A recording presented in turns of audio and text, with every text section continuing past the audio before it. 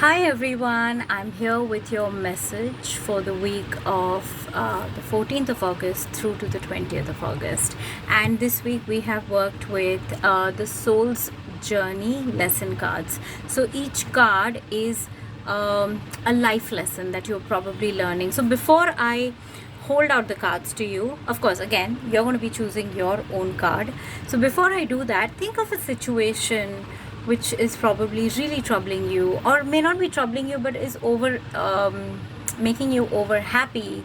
It could be any situation that is overwhelming you right now, overpowering you right now. Okay, just think of that situation, and then there are 3 cards that I will hold out, and you'll choose the card that calls out to you. However, in the place of card number 3, there are 2 cards. So both of them form card number 3 together, because both those lessons are what someone is learning if you choose card number 3.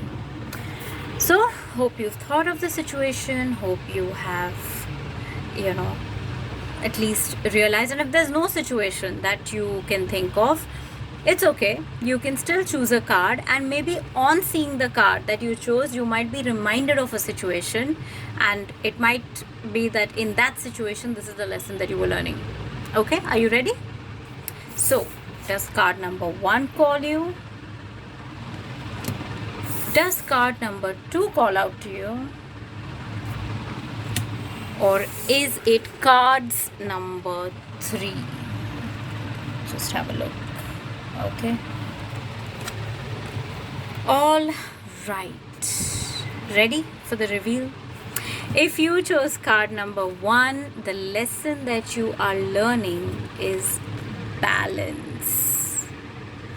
It reads, I bring a state of perfect harmony into my world, and I do so without judgment. Now what I'm receiving is that, firstly, I think I've said this many times in a lot of my videos or any of the content that I put out there, that everything in the universe exists in balance. Balance is always restored. Why go far when we talk about the law of karma? What is that? That is balance. You're balancing the energies. When we talk about an energy exchange, that is balance of energies. So everything in the universe exists in a state of balance. When we inhale, we exhale. So every inhale is balanced out with an exhale. Every giving should be balanced out with a receiving, and so on and so forth. So there is always balance. So the situation that you probably thought about when you saw this card, or the situation that you are concerned with, requires you to bring about a state of balance. Now what I'm getting is either someone is being a giver, like you're giving too much of yourself without receiving. So that's not healthy at all. You have to receive as much, if not more, as you give. Well, not exactly in the same proportion, but there has to be that balance of giving and receiving. You have to be open to receiving and also give. So there is a state of balance that is required. You're learning how to do that. Again, bringing a state of moderation. So if there is anything that you're overdoing, whether it's a workout or a diet or an unhealthy diet or unhealthy habits, again, balance needs to be restored.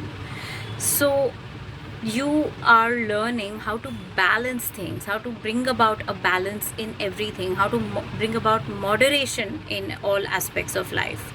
So all your experiences are pushing you to learn this. Bring a state of balance. Be in a state of balance. Now this can also be a balance between the body, mind and soul, which we spoke about in one of my impromptus. If you've had a look, you can have a look on this channel.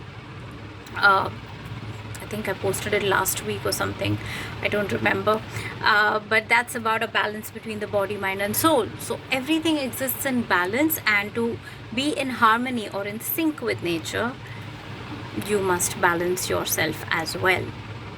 Another thing that's coming to me is try and do balancing asanas. If you follow yoga, if you are a yogi, if you are into yoga or any balance enhancing exercises, they would do you good to restore a state of balance or get you on that path. So that's your lesson. If you chose card number 2, the lesson you are learning is worry. I am learning that worry doesn't change an outcome. So as human beings, we are so used to worrying, right? That's our instant reaction. Anything that doesn't that feels a little out of control, or where we cannot control the outcome or cannot know the outcome, we worry.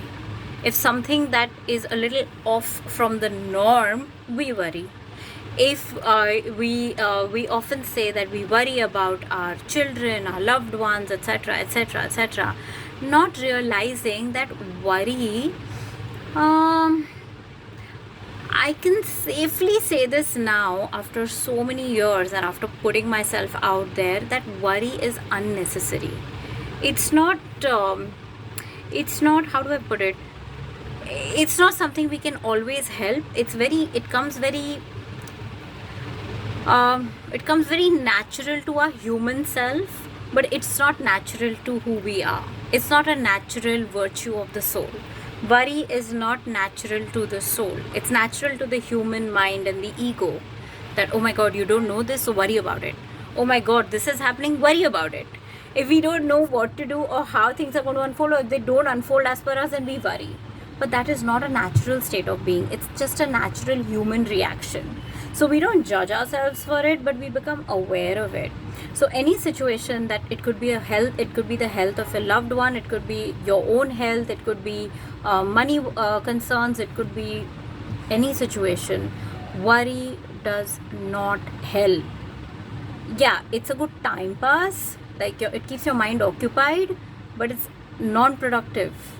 Worry does not help. In fact, it only delays your desires, because it's an obstacle energy. Worry as an emotion is an emotion that is an energy that creates obstacles. Okay, so for yourself, for the sake of yourself, and for wanting a positive outcome, drop worry. Does this happen overnight? No. Does this happen in an instant? No. But at least get started. There are tons of meditations, there are guided meditations, there is therapy, there is counseling. Drop your worry. Don't let it be second nature. We don't have to feel that emotion. We can choose to feel faith. We can choose to feel trust. We can choose these emotions. It's just that we've never done it for generations or centuries. Doesn't mean we have to continue choosing worry. It's become a norm, but it's not normal for us as fragments of the divine to choose worry. Choose love, choose faith, choose peace. You don't have to worry about your loved ones. You have to care about them, yes, and you have to trust that they will be taken care of. You look out for them. Don't be in a state of worry. That's energy that blocks your outcome from manifesting.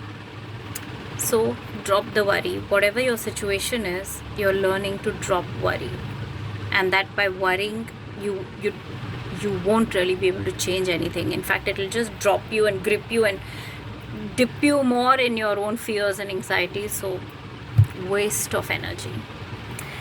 So just become aware of it and see how you want to work towards it. Don't judge yourself for it, but awareness is needed. So become aware and work towards it. All right, now cards number 3. Both the cards are your lessons. You may be, okay, before I show them to you, you may be learning both these lessons in the same situation or in different situations. Like, so one in one and the other in another. That could also happen. So see what resonates with you. So the first one is love. And it reads, I commit to the practice of seeing the good in all things. And the second one is death. Don't let the word scare you. Please don't let it scare you. I am learning that endings are merely beginnings. All right. So what I'm getting is, so I'm going to explain both separately because they're separate. So in the same situation, this is what you might be learning, both these, or as I said, in 2 different situations, you might be learning each of them. So love is, again, you choose to see everything through the eyes of the divine. Okay, where the divine sees love. The divine is a place and energy of unconditional and infinite love.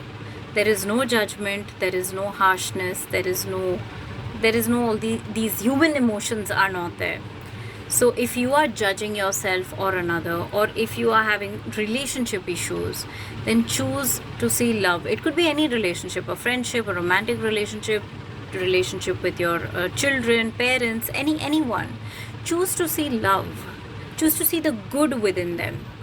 Okay, and of course you don't have to agree with everything that happens or everything that they do, but then even when you express yourself from a place of love, then you'll be received well. When you express yourself from a place of anger, people won't accept or be more receptive to you. Would you be receptive if someone spoke to you like with a lot of harshness? We don't like that, right? So we can't do to someone else what we don't like done to us. So choose to see the beauty of all that is. Choose to see the goodness of everyone. Choose to see the divinity within everyone, including yourself. And choose to see the light that exists in everyone. Everyone is a fragment of the divine. So come from a place of love. Now, death. Okay, so don't let the word scare you. Death is, yeah, of course, it's this card talks about death of anything, a relationship, a situation, an actual physical death also.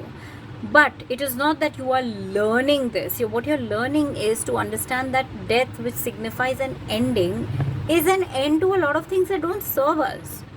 Okay, so to put very crudely, it would be something like if you kind of pass out from school and go to college, it's the death of an era. It's a death of your, that kind of a thing, where you move from one stage of life to another.